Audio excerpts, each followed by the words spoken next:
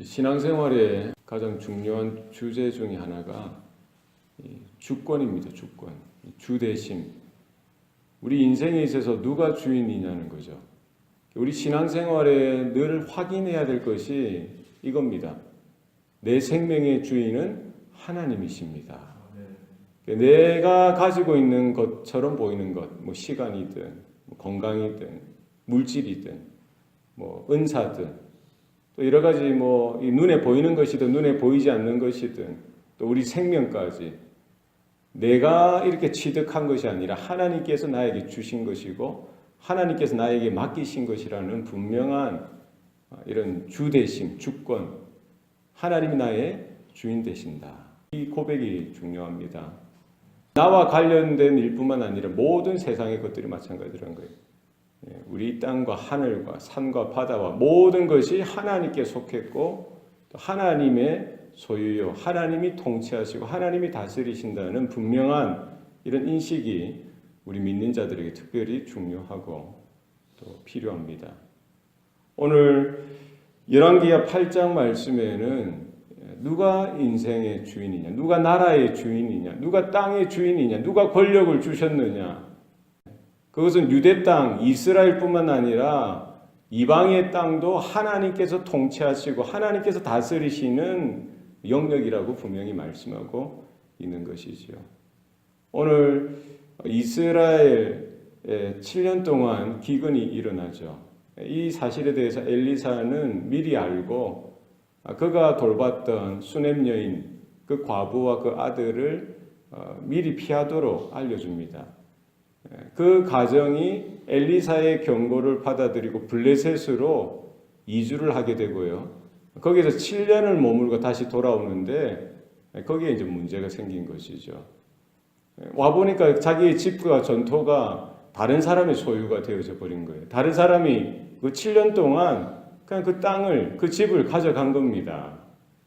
그 이제 여인이 왕에게 가서 하소연을 하고 다시 땅을 돌려받는 사건이 기록되어져 있습니다. 이스라엘의 토지법에 있어서 땅은 하나님의 소유라는 겁니다. 하나님이 각 지파 가운데, 각 집 가운데 맡겨주신 거라는 거예요. 그 이스라엘에게 있어서 특별히 토지는 매매의 대상이 될 수 없다는 거예요. 그러나 살다 보니까 상황이 그러해서, 형편이 그러해서, 빚으로 인해서 또 여러 가지 어려우니까 토지를 파는 경우가 있습니다. 또 오늘 본문처럼 이렇게 여인이 자기 땅을 차지하지 못하고 떠나는 동안에 다른 누군가가 그 땅을 차지하게 될 경우가 있죠. 그러나 나중에 그 사람이 땅의 원래 주인이 능력이 되어서 그 땅을 요구한다든지 돈을 주고 다시 살 수 있는 권한이 있다는 거예요. 그리고 다른 집에 형제든 가족이든 아니면 친척이든 누구든지 그 땅을 대신 사줄 수 있다는 겁니다. 이런 것이 다 안 되더라도 언제 다시 돌려받을 수 있습니까? 희년이 되면은 그 땅은 본래 주인에게로 돌아가도록 했던 것입니다. 이 말은 무엇입니까? 본래 그 모든 땅의 주인은 하나님이시라는 거예요. 하나님께서 그 약속의 땅 가나안을 이스라엘에게 주셨고요. 그 아브라함과 이삭과 야곱에게 약속하셨던 대로 이스라엘 가운데 하나님께서 그 땅을 이렇게 허락해 주시고 사실 그 모든 땅의 주인은 하나님이시다는 것을 나타내 보여주시는 것이죠. 우리가 밟고 살아가는 모든 현실이 그렇습니다. 세상이 그렇습니다. 우리가 밟는 모든 곳마다 하나님의 소유요, 하나님의 나라요, 하나님의 주권이 그 자리에 있음을 우리는 바라보고 인정하고 선포하는 저와 여러분 되실 수 있기를 소원합니다. 엘리사가 이제 다메섹으로 이렇게 돌아보게 됩니다. 마침 다메섹의 왕 벤 하닷이 병에 들게 되어지고요. 자기의 충신 하사엘을 하나님의 사람 엘리사가 왔다는 소식을 듣고 그에게 이렇게 급파하죠. 자기의 병이 죽을 병인지 하나님의 사람 엘리사를 통해서 물어보라는 거예요. 근데 엘리사는 그 하사엘이 오는 것을 보고 예언을 합니다. 돌아가서 너의 왕에게 이렇게 말하라는 거예요. 왕은 죽지 아니할 것입니다. 죽지 않는다고 이야기하라는 거예요. 그러나 실제적으로는 그가 죽을 것이다 라고 이야기를 해주는 거예요. 그리고 하사엘을 보고 엘리사가 통곡을 합니다. 웁니다. 갑자기 하사엘이 놀라는 것이죠. 왜 웁니까? 이제 엘리사는 그 하사엘을 보면서 앞으로 되어질 일들까지 보게 되어지고, 결국 그 하사엘이 베나댓을 대신해서 아람의 왕이 되어지고, 그가 이스라엘 땅에 얼마나 혹독하고 못된 일을, 비참한 일을 하게 될 것인지에 대해서 이렇게 예언을 해주는 것입니다. 그가 성에 불을 지를 것이고, 장정을 죽일 것이고, 아이벤 여인들 배를 가를 것이고, 아이들까지 무참하게 죽이는 그런 잔인한 왕이 될 것에 대해서 이야기를 하는 것이죠. 결국 엘리사, 하나님의 사람 엘리사를 통해서 예언되어졌던 것이 그 다메섹 아람 땅에도 하나하나 이루어지게 되어지는 것을 볼 수가 있습니다. 결국 무엇입니까? 이방 땅도 누구의 영역이라는 겁니까? 하나님의 언약이 그 땅 가운데 미치고 있다는 것. 하나님의 말씀이 그 땅 가운데 미치고 있다는 겁니다. 이스라엘, 유대 땅뿐만 아니라 모든 이방 나라, 모든 국제 정세까지도 하나님의 손에 달려 있고요. 하나님이 모든 것들을 간섭하시고 개입하시고 하나님의 약속의 말씀 가운데 들어있다는 것을 분명히 말씀해 주고 있는 것입니다. 오늘 중동의 그런 국제 정세가 얼마나 긴밀하게, 긴박하게 돌아가고 있는지 모릅니다. 우리는 그런 뉴스에 이렇게 관심이 없으면 보지 못하는 거예요. 이란이, 이라크가, 지금 터키가, 그리고 지금 이스라엘 가운데 뭐 하마스나 팔레스타인이나 계속해서 전쟁 상황입니다.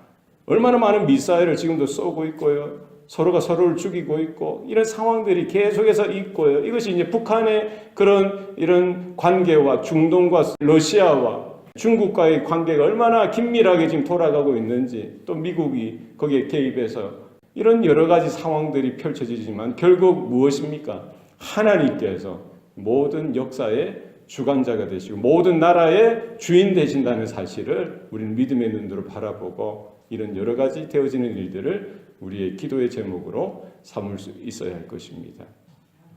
오늘 그리고 남유다의 왕들이 소개되어져 나옵니다. 여호사밧에 이어서 요람과 아하시아까지, 이제 여호사밧이 죽고 그의 아들 요람이 왕이 되어지죠. 그런데 보니까 뭐예요? 다윗의 길을 따라가야 되는데 그런 이스라엘 왕들의 길을 따라가고요. 특별히 아합의 집의 길을 벗어나지 못하고 여호와 보시기에 악을 행하는 거예요. 그의 아들도 마찬가지입니다. 아시아도 22살의 왕이 되었지만 또 똑같이 자기 아버지 혹은 할아버지처럼 다윗의 길을 따라가야 되는데 이스라엘, 북이스라엘 그 왕들, 특별히 아합의 집의 그 길을 따라 하나님 보시기에 악을 행하더라는 거예요. 공통점이 있습니다. 공통점이 있어요. 요람도 마찬가지고요. 여호사밧도 무엇 했던 거예요? 북이스라엘 그 아합의 그 딸 혹은 손녀들을 자신들의 왕후로, 왕비로 삼았던 겁니다.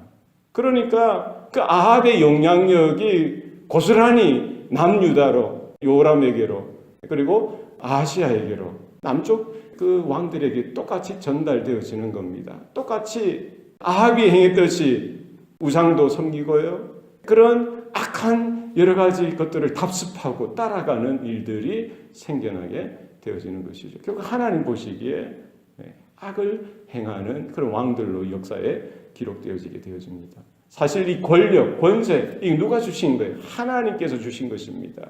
다윗에게 약속하시고 솔로몬에게 약속하셨듯이 하나님께서 그 땅의 주인 되시고 왕 되심을 분명히 하라는 거예요. 하나님께서 주신 권력, 권세, 두렵고 떨림으로 하나님이 무엇을 원하시는지 그런 영적인 안목을 가지고 영적인 그런 인식을 가지고 두렵고 떨림으로 그 자리에 서고 백성들을 섬기고 하나님이 기뻐하시는 그 길로 나아가야 되는데 남유다 그 임금들, 왕들, 그들은 정말 다윗의 그 길을 따라가지 못하고요. 아합의 길로, 악한 길로 갔던 것을 볼 수가 있습니다. 모든 권세와 모든 권력은 하나님께로부터 온다는 분명한 사실을 기억해야 됩니다. 그리고 더 중요한 게 뭐예요? 이것은 자기만 죄 짓는 길로 가는 것이 아니라 그 지도자의 위치에 있는 자가 타락하고요.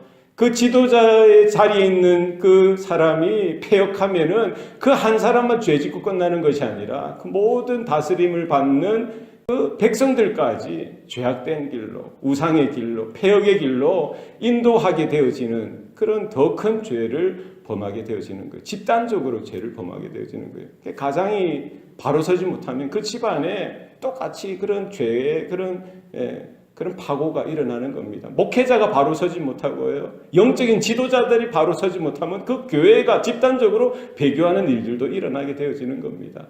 나라의 대통령도 마찬가지죠. 왕도 마찬가지입니다. 하나님께서 그 자리를 허락하여 주셨고 하나님께서 거기에 대한 여러 가지 이런 하늘의 권세를 주셨으면 두렵고 떨림으로 그 일을 감당해야 되는데 자기 것이냐? 이것이 그냥 세상에서 그냥 힘으로 얻은 것이냐? 이렇게 생각하고요. 바로 서지 못할 때에 결국 아합의 길로, 세상의 길로, 이스라엘 왕들이 걸어갔던 그런 패역의 길로, 악한 길로 걸어갔던 남유다의 왕들의 모습 우리가 바라볼 수가 있는 것이죠. 그 어리석은 것입니다. 우리에게 허락한 것이 무엇이든지 간에 우리가 두렵고 떨림으로 하나님께서 주셨다는 사실을 분명히 깨닫고 우리 하나님 편에 서고 하나님의 기뻐하시는 것이 무엇인지 우리가 발견하고 그 길로 걸어갈 수 있어야 할 것입니다. 누구와 교제하는 것이 중요합니다. 남유다, 여호람이나 아하시아나 그의 할아버지 여호사밧도 마찬가지죠. 결국 북이스라엘 아합과 친하게 지내다 보니까 아합과 이렇게 여러 가지 관계를 가지다 보니까 그 영향을 받는 겁니다. 우리가 아무리 믿음이 좋고요, 아무리 신앙이 좋아도 우리의 교제권이 세상적이고 세속적이고 타락한 인생들과 늘 언제나 가까이 하다 보면은요 더러워지는 겁니다. 더러운 것을 가까이 하면 더러워질 수밖에 없어요.